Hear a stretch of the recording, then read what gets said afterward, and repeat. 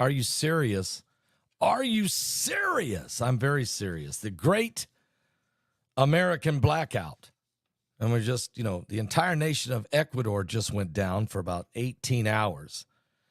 And now 4 major countries in Europe have just went into a blackout. And the United States is literally considering rolling blackouts any moment because the heat index is outrageous. Let me just tell you all about this and how this ties to the Agenda 2030. First, let's start out with maybe one way to stay cool in the midst of this craziness, and that's www.easysummercool.com. That's www.easysummercool.com. Sweltering heat right now, record high temperatures, very costly energy bills are all happening as we speak. Unfortunately, many households are not able to keep up. 34 million households are behind on their utility bills. They can't even recover from last winter. And now the heat has come early this summer. This is why I'm going to try to help all of you. I've got this unbelievable, little amazing unit. I mean, this thing is unbelievable. And you set this on the desk when you're working, and it will cool you down. Or set it over in your nightstand in the night when you go to sleep. That way you don't have to run the air conditioning so cool. You can cut back, save some serious cash, and run this little unit right over you, blowing over you. Very cool. Feels really nice. Oh, it's perfect. A little small room. It's absolutely ideal. Guys, just simply do this. Hit the link below in the description below this video. Just go to www.easysummercool.com. That's www.easysummercool.com. You will be very glad that you did. All right. Now, let's talk about this. I mean, this is very serious situation that is developing right now, and that is these power grids and what's going to take place with them, okay? And don't forget, yes, you can already get your Aliens Among Us webinar. It's coming up August the 2nd. Tickets are available already at eventbrite.com. So if you go to eventbrite.com, find Paul Begley and find Aliens Among Us. We have an all-star lineup of speakers, and there's more still to be added. All right. Massive power outages. I mean, I'm talking massive power outages has left 4 European countries in the dark. A large part of Europe was hit by these power cuts today, knocking out traffic lights, halting electric trains, switching off the internet. Power operators say they were investigating what caused these blackouts in Albania, Bosnia, Herzegovina, Croatia, and Montenegro. The string of blackouts rippled out of Montenegro. Now, come on now.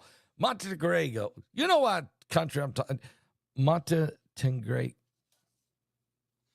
I don't do editing. So if I'm live. So the string of blackouts that ripped through Europe after a 400 kilowatt transmission line exploded, according to the national newspapers. Sources said crews from the Montenegrin electric transmission system found that the pylon line was on fire, and across all 4 countries were scenes of traffic jams, cars, logs, traffic accidents, lights went down, metro transit systems stalled, and people began to suffer from excessive heat. And some people suffered a massive amount. There was a major internet outage. And when you got a war going on in Europe, the last thing you want is to have a power out and people start wondering what's going on. Montenegro's capital said cars were seen erratically crisscrossing through the intersections, and it became a very, very dangerous situation. So Ecuador, the entire nation went down, and now you have 4, maybe 5 nations in Europe where the power went down. So I started looking at it and says, what does this mean? Well, America's America's electric grid is weakening. America's electric grid is weakening. According to reports, electric sources have become more acute. Brownouts, blackouts have become common. And we look deeper into it because it becomes clear that the nation's power grid has not only become less reliable and the infrastructure is failing, but it's become more fragile. This is because it's especially troubling because it confronts this country just when Washington, D.C. and several states are pushing for more electric cars, an increase in the use of electric appliances. In part, the power problem reflects the increased use of wind and solar sources. So they're trying to depend on windmills and solar panels, which work, but only they're a supplement. They're not the main source. You can't run this world's economy or electrical power grids on these sources. But there can be no dispute that these are less reliable than power from fossil fuels or nuclear power. But this straightforward fact of life is only part of the story because problems in the America's power grid are a lot more complicated. Evidence of failure is filling the headlines, often with considerable drama. And we're right now. They're going to start it. I've already saw where they're 1st of July. They're going to start the rolling blackouts, especially in California and probably Texas, and maybe other states. But back in 2021, there was a cold snap. You guys remember that in Texas? It led to widespread blackouts, and 250 people died. California, for years, on a regular basis, has to do and ask its utility customers to tolerate rolling brownouts and rolling blackouts. Just this past Christmas, matter of fact, unusually cold weather across the country prompted utilities from Massachusetts and New York to the Midwest and to the South, begging their customers to turn down their thermostats and delay the use of appliances. Millions lost power in North Carolina and Tennessee. Down power lines caused some of the more severe problems, but in many cases, power utilities simply have to cut off some customers to avoid worse problems.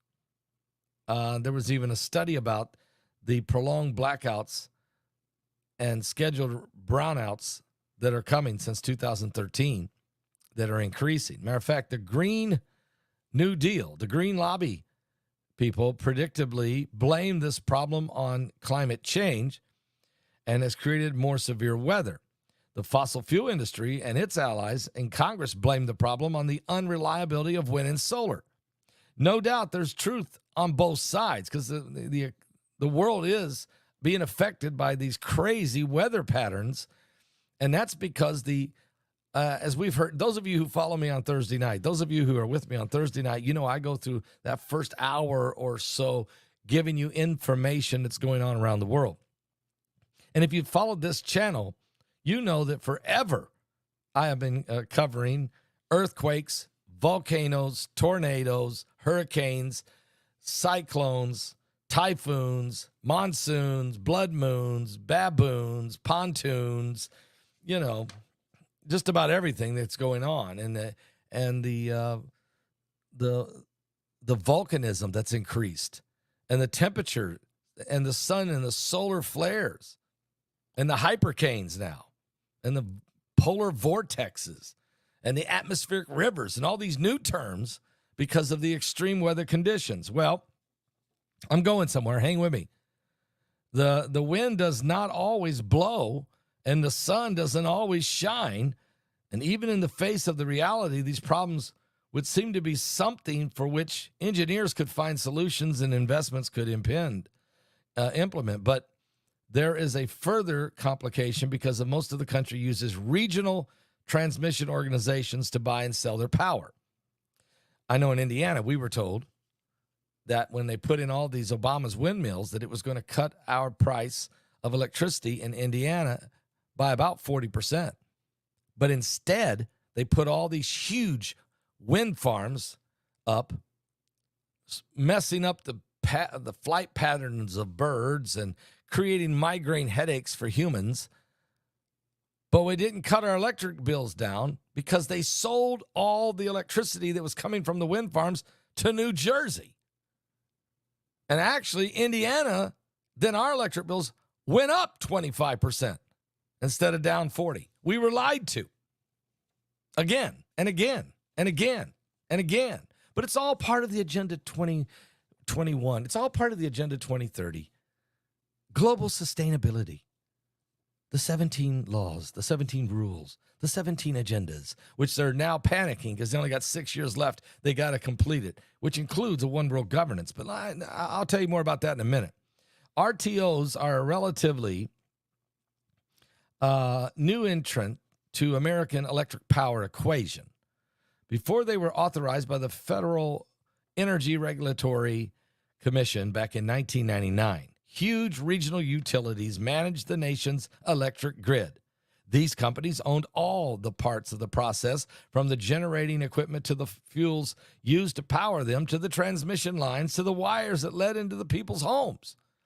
Regulators priced electric power to allow these monopolies enough to maintain sufficient facilities and return a reasonable profit to their shareholders. That's how things used to work.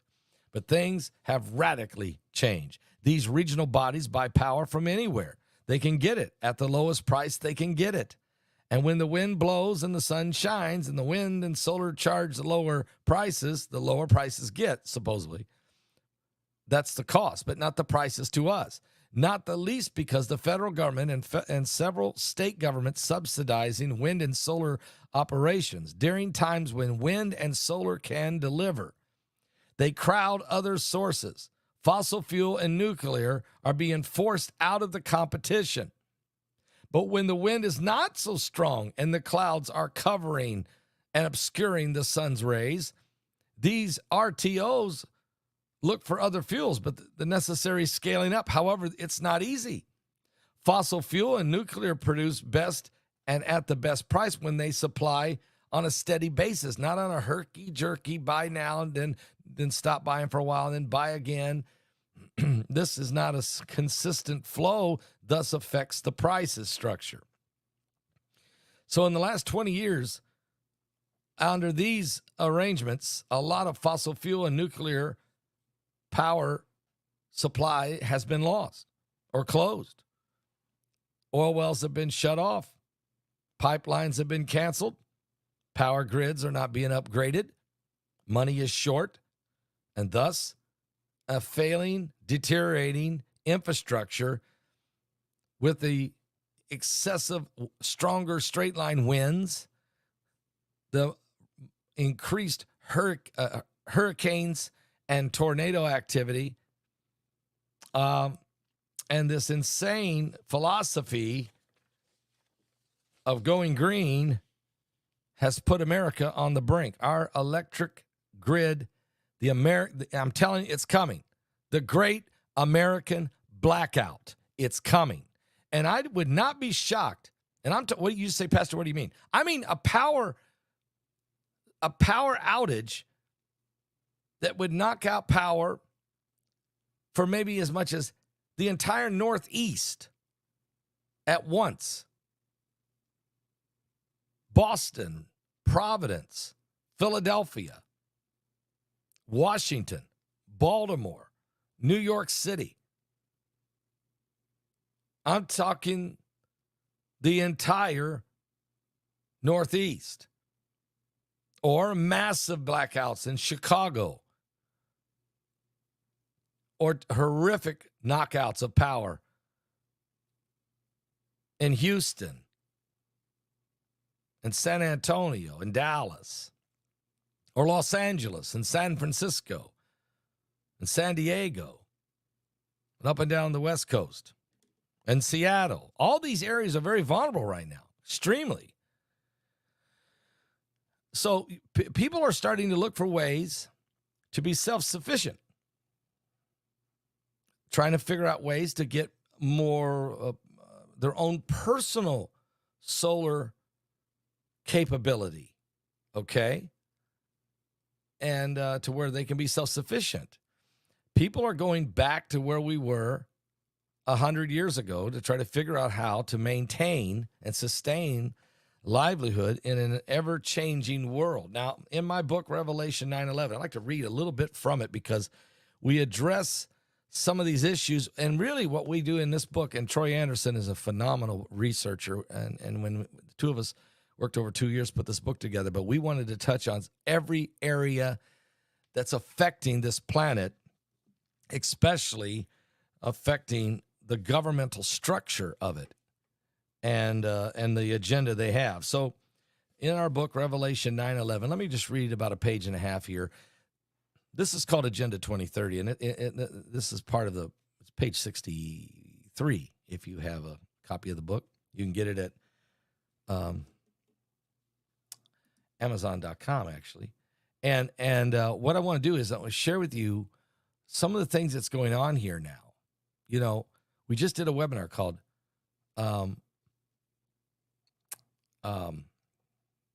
Pole Shift, and we realized that people are not aware of the incredible changes already in the world due to the binary system that's affecting the entire universe. So we know that's happening, but boy, the last thing we need is governmental structure that has an alternative agenda to affect everything.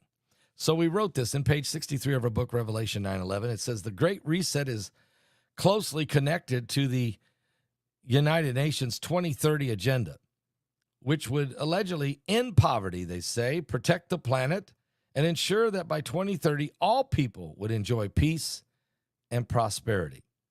In 2015, all United Nations members of this world, nations, they adopted this agenda and its 17 sustainable development goals, which the UN described as a radical plan for humanity, requiring them to address climate change, reduce poverty and unemployment, strengthen gender equality, and improve biodiversity. On the surface, this sounds notable, but critics say it's a template for a global governance. Behind its seemingly innocuous language lie policies promoting digital currencies, genetically modified foods, mass inoculations, brainwashing through compulsory education from cradle to grave, population control, free trade zones favoring the interests of large corporations, the Big Brother surveillance state, digital IDs, globalism, and even more bloated Orwellian bureaucracy of the United Nations. Now, the Great Reset calls for nations to surrender their sovereignty to an international body that will issue and dictate on taxes and green policies and other matters. And the middle-class lifestyles will disappear as the world approaches a reset of the financial system before the introduction of the digital currencies and ID. So you know how close we are to this. That means everything would get reset out of way of life, our healthcare, our beliefs, our finances, and our national boundaries. We're already seeing some of this with Biden's open border policy with Mexico. Considering Schwab and Harari from the World Economic Forum, their push for transhumanism, we are concerned that events described in Revelation could be at hand. Revelation chapter 13, 1-8 depicts the federalization of nations led by the Antichrist. This person would be a political figure who will likely be European. He will usurp authority over a world government body, perhaps the United Nations or similar organizations, to become the ultimate dictator. This explains why globalists have targeted America, a constitutional federal republic. That's who we are. We are a constitutional federal republic. We are a republic. It is the only country in the world whose form of government is based on the ideal that the sovereignty rests within the people. Historically, the United States has resisted authoritarian rule According to a 2022 report, only 20% of the world's 8 billion people now live in free countries. So around the world, the enemies of liberal democracy, a form of self-government in which human rights are recognized and every individual is entitled to equal treatment under law, are accelerating their attacks. Authoritarian regimes have become more effective at co-opting or circumventing the norms and institutions meant to support these basic liberties, and at providing aid to others who wish to do the same. In countries with long-established democracies, internal forces have exploited the shortcomings in their systems, distorting national politics to promote hatred, violence, and unbridled power. These countries have struggled in the space between democracy and authoritarianism. Meanwhile, they're increasingly tilting toward the latter. The global order is nearing a tipping point, and if democracy defenders do not work together to help guarantee freedom for all people, the authoritarian model will prevail. The present threat to democracy is the product of 16 consecutive years of decline in global freedom. A total of 60 countries suffered declines over the past year, while only 25 seem to improve. And as of today, some 38% of the global population live in a not free countries. This is the highest proportion since 1997. So the world is trending toward a new world order. The world is trending to a one world government. The world is accelerating toward the mark of the beast that is found in your Bible in Revelation chapter 13. So when you start seeing the power grids being blacked out and brown out and rolling blackouts, when you start seeing empty shelves of some of your favorite products, when you start seeing food cheapened down to the point it's not real, when you're eating lab meat instead of real meat, when you're eating crickets and grasshoppers in your flour and food as part of your processed meals, when you're watching the decline of the small farmers in America and the rise of the global big food processing system, when GMO becomes the only way to go, you begin to see a decline in American exceptionalism, but you're going to see a decline in health care. You're seeing a decline because of the higher taxation, interest rates, inflation, migration, frustration. It's because this whole thing, the weakening of America and the consolidation of big everything, big brother, big media, big tech, big bank, big pharma, military industrial complex, big, squeezing the little guy out and creating a global collaboration by 2030 where there'll be a small ruling class and then the rest of us. Now, Jesus told us this was coming. He gave this information, he gave this spiritual revelation of it to Daniel when it talks about the fourth kingdom with the iron teeth ruling this world, this fourth beast. And then he showed the same thing to John in the book of Revelation when he said, I saw a beast in Revelation 13 rise out of the sea with this monster had 7 heads and 10 horns. And those horns had 10 crowns, which later in Revelation tells you that, I think it's the 16th chapter, tells you, or the 17th chapter, or both, tells you that those 10 horns are actually 10 kings that get their power from the beast or the Antichrist in 1 hour to rule the world. And folks, that's where we're going. There's only one answer for all of this, is to make sure you're living in a different kingdom. And that kingdom is the kingdom of Jesus Christ. That kingdom is the kingdom of Jesus Christ. And the only way you get there is to be washed in the blood. Have you been to Jesus for the cleansing power? Are you washed in the blood of the Lamb?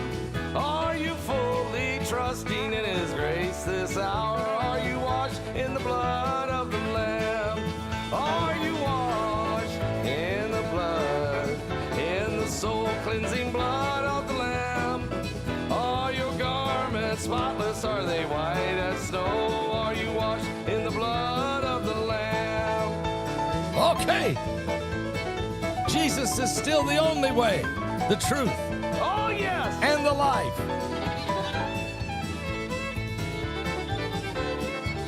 That's why you have to keep your hope in him. Are you walking daily by the Savior's side? Are you washed in the blood of the Lamb? Do you rest each moment in the crucified? Are you washed in the blood of the Lamb? Or are you washed in the blood, in the soul cleansing blood of the Lamb? That's right, our mods are amazing. Are your garments spotless? Are they white as snow? Are you washed in the blood of the Lamb? Come on!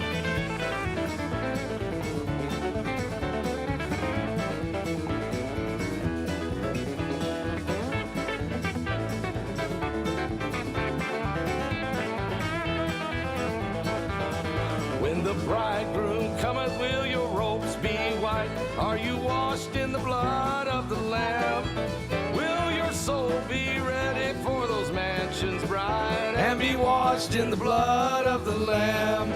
Oh, are you washed? Are you washed in the blood? In the blood. In the soul cleansing blood of the Lamb? Are your garments spotless? Are they white as snow? Are you washed in the blood of the Lamb? Now lay aside those garments that are stained with sin and be washed in the blood of the Lamb. There's a fountain flowing for the soul unclean. Oh, be washed in the blood of the Lamb. Are you washed in the blood, in the soul cleansing blood of the Lamb? Get rapture ready. Are your garments spotless? Are they white as snow? Are you washed in the blood of the Lamb? Somebody shout. Glory. Somebody shout. Are you serious? Well, we're very serious, and I hope you've enjoyed this broadcast. I'll be back with more current world events today because there's a lot going on. And I could have went a lot of different directions this morning, first thing, but I just thought, you know what? We got to go back and revisit this because it's getting hot. And Ecuador goes down, no power, and then all of a sudden you got these 5 other nations in Eastern Europe going down, and they're already announcing that the rolling blackouts and brownouts are coming your way here in America. How can this country not have its infrastructures ready to handle? And Mexico City, we talked about it a couple of days ago. They're very close now to what's called day zero. They're almost out of water. If it don't rain, they need a lot of rain in Mexico City right now. They're really hurting. Give your life to Jesus Christ. We're running out of time. I'll be back.